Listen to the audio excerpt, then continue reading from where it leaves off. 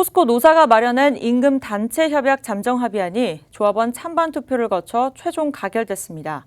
파업이나 분기 없이 협상이 마무리돼 눈길을 끌고 있는데요. 서청석 기자와 함께 자세한 내용 살펴보겠습니다.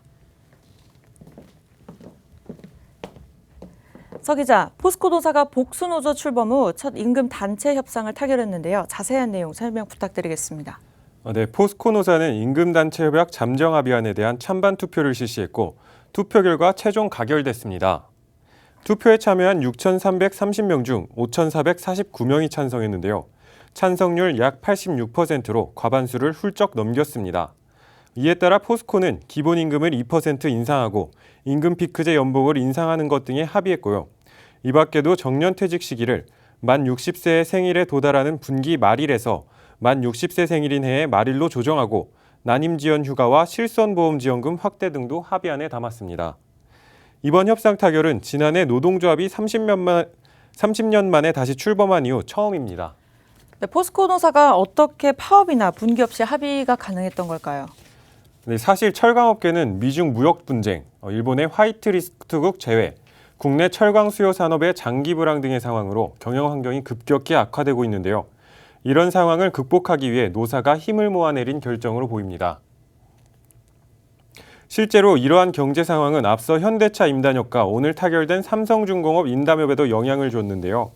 삼성중공업 노사 역시 경제 여건을 고려해 지난해에 이어 조선 3사 중 가장 먼저 임단협을 마쳤고 현대차 노사는 2011년 이후 8년 만에 무분규 임단협을 가결한 바 있습니다.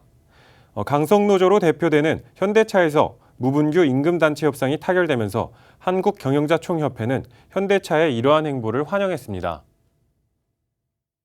대내의 경제 여건이 악화되는 가운데 현대차 노사가 파업 없이 무분규 합의를 도출한 것은 자동차 산업 전반에서뿐만 아니라 국민 경제에 긍정적인 의미를 주는 것으로 매우 환영합니다.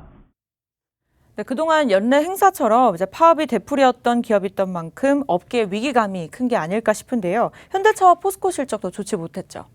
네, 먼저 포스코의 올해 2분기 영업이익은 1조 686억 원으로 전년 동기 1조 2,523억 원보다 14.7% 감소했습니다.